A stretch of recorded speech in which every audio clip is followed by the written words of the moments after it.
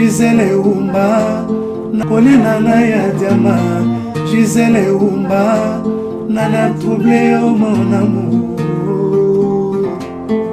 Merci. Gisèle Oumba, Diama noir. Les plus belles langues, dans la paix au peuple ardent, parlez la paix.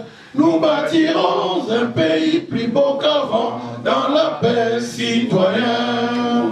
Entonnez l'hymne sacré de notre solidarité, fièrement saluer l'ample main d'or de notre souveraineté. Congo, nos pays, Congo, désolé Congo, au pays Congo, bien-aimé Congo, nous peuplerons ton soleil, nous assurerons ta grandeur. 30 juin, au doux soleil, 30 juin, dit 30 juin, jour sacré, sois les témoins, jour sacré de l'immortel, serment de liberté, que nous léguons à notre postérité, pour toujours. Banakomo oye! Banakomo oye!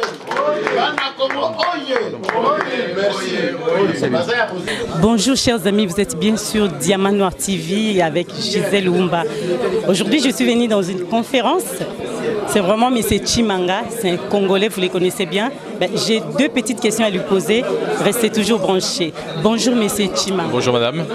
Merci, mais moi je voulais vous poser une question déjà par rapport aux combattants. Qu'est-ce que vous reprochez aux combattants d'ici? Dans ce que je reproche, je ne le reproche pas seulement aux combattants, je le reproche à toute notre classe en règle générale. Tozan a bon côté. On est soi-disant tous combattants, bisonyo Tozan a itumba moko. Tolingi tozala na alternance na kati ya mboka. Mais au lieu tozala concentrer na objectif na biso, tozo ko se perdre na kobundisa baninga. C'est-à-dire nga za combattant, toye za combattant, ozo bundisa moninga or que ozo tika objectif na biso commun. Yango nde nazo ko se reprocher na biso nyonso. To tika to kitsa manduki contre biso, entre nous nous devons arrêter de nous tirer dessous. Nous devons avoir un seul objectif. Cet objectif c'est avoir l'alternance d'ici la fin 2017. L'alternance en République démocratique du Congo, c'est ça notre objectif et non pas chercher à nous diviser, etc. Donc il faut qu'il y ait cette unité, il faut qu'il y ait ce rassemblement. C'est ça l'idée du président Étienne Tshisekedi et aujourd'hui relayé par le président Félix Tshisekedi, c'est que nous ayons cette unité autour d'un combat et d'un idéal commun, que nous ayons l'alternance en République démocratique du Congo. Mais papa Tshisekedi avait Koufaloba qui prenez-vous en charge. Yangonde yolelo ozoe bisabisoto. Mais yango maman, alobi prenez-vous en charge. Bino boyeba kingaite awa. Mais naye parce que je me prends en charge, je décide d'avancer. Oh nazana ngo ya baide. So ibo sepeli yango na yango. To kende bisonyo soto elongo. Qu'on continue. Ce combat n'est pas le combat d'une seule personne, d'un seul groupe, d'un seul ceci. Nous avons beaucoup de groupes et nous voulons qu'aujourd'hui nous soyons tous unis les uns avec les autres. Vraiment merci bandeko balandi bozolanda tozo tuna makam oba combattant vraiment bazana bezo baye bana biso so congolais peuple congolais alingi ayeba bitu ya conférence o ezalaki nini na mukuse ndenge na lobi yango na mukuse ya liboso ezalaki pote biso na rassemblement to communiquer ki penza bien te. Il fallait to expliquer na population pe na diaspora mobimba que rassemblement eza plateforme électorale te to yaki pona ko pona mutute. Objectif na biso yango wana te. Objectif na biso eza nanu to bengana batu oyo lelo baza banguna ya mboka na biso. Yango nde eza objectif na biso pete pote tolonga itumba wana. Il va falloir que biso nyonso tuna diaspora tozala elongo tozala kaka na liloba moko. L'air to kolonga itumba wana ya alternance na kati ya mboka après to ya koyeba nani to nani ayako akende ko représenter biso. Mais na moment oyo a représenter biso na nini puisque tozuna nous mamponomi yango te tozu pe alternance yango te ndenge tozo kende boye to komona ke tangu musu to ko na 2018 2019 eleki bango kaka mouvance présidentielle baza kaka wana. Alors finalement to rosala nini na bino na diaspora bo échouer na biso na minute to échouer to luka tozala na bomoko to luka bisika bo échouer bisika biso pe to échouer na bomoko wana to kokoka kolonga lelo communauté internationale ezoko tala biso population pe ezoko tala biso balingi tozala na bomoko parce que yango nde ko bema batu wana na mira makwanza pe to kobenga na bango.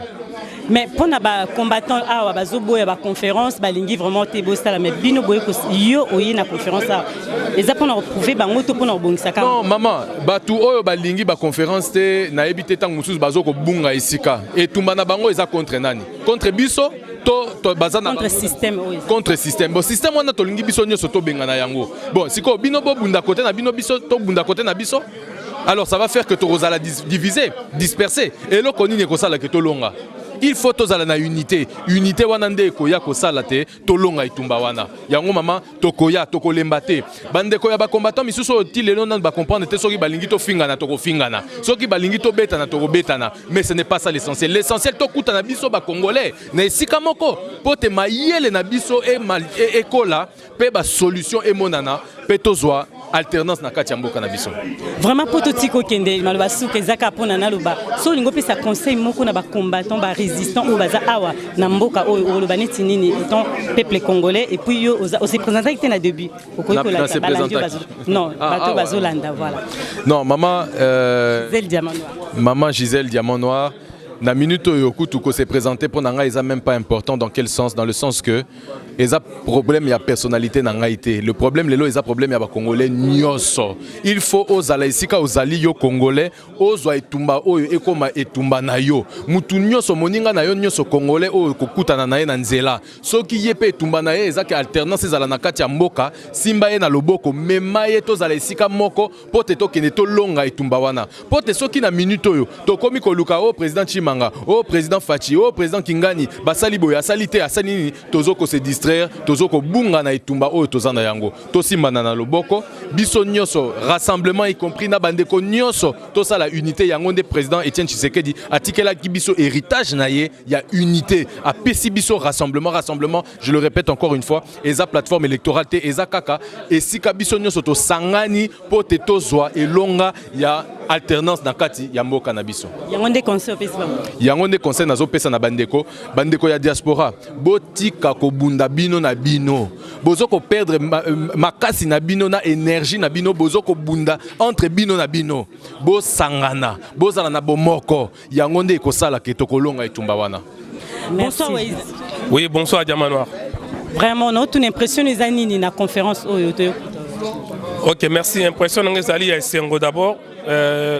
Ceux qui biso ba membre ya peuple mokonzi toye ko sangana na bato rassemblement, c'est parce que to comprendre d'ici to comprendre que il faut que liaison ala na ba combattant na bato azana mboka biso to pour un soulèvement populaire mais okoki jamais ko sala soulèvement populaire sans que ozala na bato o ba ko mobiliser peuple na mboka.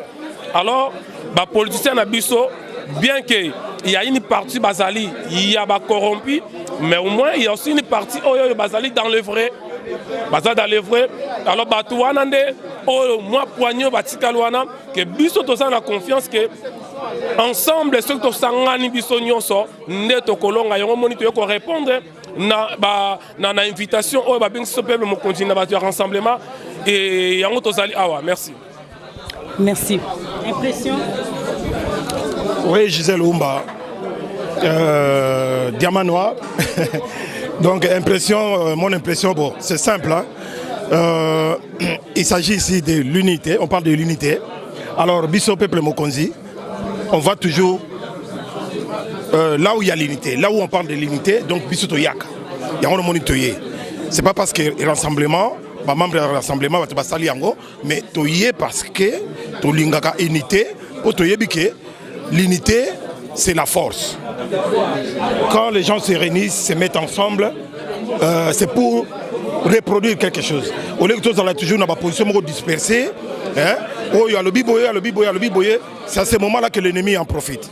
Donc, il y a un atelier, tout sangana, tout le monde déjà, il y a M. Chimanga à lobby, que Toyebi déjà, Banguna na biso. Toyebi yebi Banguna. On a bien émission Mobimba tout à l'heure. Ah ok. Toyebi déjà Banguna na biso. Toyebi qui est qui. Maintenant, tout tika qu'on a à côté, tout talasco objectif na biso c'est quoi? Il faut libérer ces pays-là. Hein? Il faut s'attaquer dans nanini. Qu'on s'attaque dans le mal. Le mal, oh, ils ont corrigé, virus, ils ont corrigé, biso na mboka na biso wana. Donc c'est ça l'essentiel. Merci. Congo, basala qui ceci cela. De l'autre côté, de bâton à Kassai partout, plus de 13 millions de morts. Il y a une distraction. Nous avons vraiment besoin de solution. Congo est libéré dans le discours. Discours tout est bien. batutuba na sala toi na même discours. Comment imposter on a aucune ligne, aucune la solution. Solution, il y a bandeko bazan na Congo. Solution, il y a diaspora. Il y a diaspora au bazar partout. En Europe, en Afrique. Na ba oyo balingi unité. Pour te dire ba virer ses ébélés, ba congolais mosus, balingi totika en occupation. Pour moi pour France, ba français ba soutenir ba Hitler, ba Belge peut ba soutenir ba Hitler. C'est la même chose tous au monde à Bobé Minaku. Ba kengwa dodo ba mokolo pombo, ba kike mulu bazo ba totoni ete. Quelle solution? Yango la tozo. Yango la moni na yemba na komaka na 12h30. Tout remarquer que la journée Zalaki sans voiture, tout souffrir, tout comme à mais tout ça, l'effort, il fallait qu'à tout comme à moi, je crois, rassemblement, les alliés, bisous de la carte à peuple, mon contrôle, groupe à l'Ibosso à soutenir qui unité. Tout ça, groupe à l'Ibosso, au Bataka qui va bon dialogue. Parce que n'a pas dit qu'il y a un dialogue, l'intellectuel congolais, bourgeois. Batouchi va rouler, bino, na Lusaka. Batouchi va rouler, bino, na San City. Batouchi va rouler, bino, na concertation. Batouchi va rouler, bino, na cité ya Oya. Batouchi va rouler, bino, le 31 décembre, Oyo, président Eli Aoutikokufa. Mais est-ce que bino na rassemblement? Bozo sala, kanamba yapona. Bino bozo caresser. Donc bino bokomoka. Kanamba komoka moi aussi, mais bino au caressage na ba discours. Mais dans l'état il y a bomaka congolais. Tant que lui a bomba, tant que bomi na Kasai. Obi ki ça grave bande konanga. Tolo bakate ko tolingi mindo kité, tolingi pacifique, ceux qui mboke zo occupé, banzela non c'est ça normal. D'autant que vous êtes pacifique, tant que vous pouvez vous plan B. Mais tolobi te ba stratégie, on fait tolo baka awa. Bande konanga Kanamba kokene na bikyo cimetière de konanga chimanga. Kanambe yangwana na zo sisa likamona yela kike solution ezali biso awa la diaspora to mekotana bande ko France il fait to kutana na Bruxelles biso tout na bato balingi unité to mekotala so moyen yali to convoquer bandeko toza na bango langage moko na sur le terrain to pesa bango voix ya libération à Congo c'est ça le Congo qu'on a libéré to ko vanda conférence lobby même discours conférence lobby bandeko bazo kufa partout moi je connais quelle sorte de solution est-ce que ndenge ndeko nanga Félix Tshisekedi na Jean-Marc Kabund de balikaka na siège oui tout le monde va discours fort na matinée politique na kata siège de presse pourquoi vous pouvez écouter pour la 24 communautés bon affronter Kanambe ndenge tozomona na Togo ndenge tozomona na Venezuela ndenge tozomona mutoli fait confronter moi je crois ndenge tozomona na Kenya quelle sorte solution oyo Félix ya kutambola na 24 communes yango ne diaspora lingi balanga joto lango bino po bozala ngo na Kenya merci.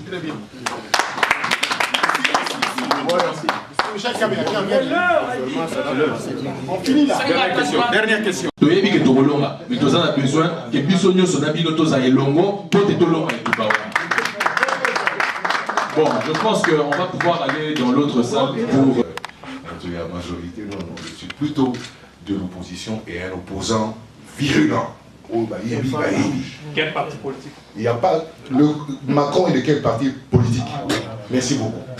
Alors, ceci étant, nous y pour un parti politique, nous y pour un rassemblement des gens. Nous y pour répondre, pour encourager l'initiative, il y a Vidier, Chimanga, Napaninga, Bandeko, il y a rassemblement. Mais, pour encourager, c'est bien, mais il faut toujours. Tout le monde motuna pour Coca-Cola Moussa, Paninga, na moi Pongi.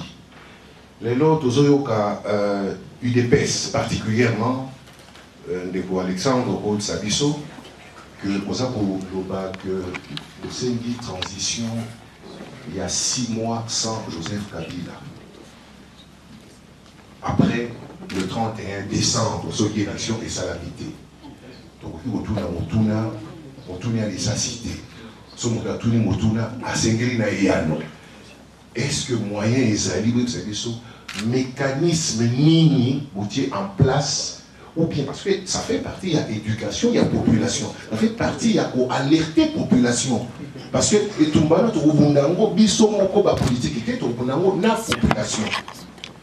Mécanisme nini boutier en place ou to contient en place pour na ça la transition sans Kabila. Ce n'est pas tout de quoi il y en a Jérémie il y a Milelo que ah non voilà tout ça qui accord beaucoup parfait et loko tobunga qui ezala qui arrangement particulier mais bato yo basala qui objectif kaka moko wana to longa etumba wana eza etumba na bino eza etumba na biso ndeko mishka biso moko tokoka ya moti nous avons besoin ya bandeko nyonso ya ba congolais nyonso na bisika balakisa que baza d'accord na objectif wana. Alors c'est bien beau de dire aujourd'hui to échouer. Oui, to échouer peut-être dans un certain cadre. Oui, peut-être que cette histoire de, comment dirais-je, d'accord particulier, Zala qui piège de Koué Nakati. Mais pendant que Tozala qui négocier, en même temps que Ozo négocier, Kuna Ozo soit Mabanga Nazima, Nabandekonayo, ça censé Kozalana Bango et Longo, Misusu Bazoloba, Ote Kakaba Pizza, Misusu Bazoloba, Ozo la compétence, Misusu Bazoloba, Bisoto Tinakiote, etc., etc. Donc pendant qu'on est en train de chercher à obtenir le résultat, les mêmes amis avec lesquels nous sommes censés combattre ensemble, Bazolo Boudissa Biso. Mais alors on est perturbé.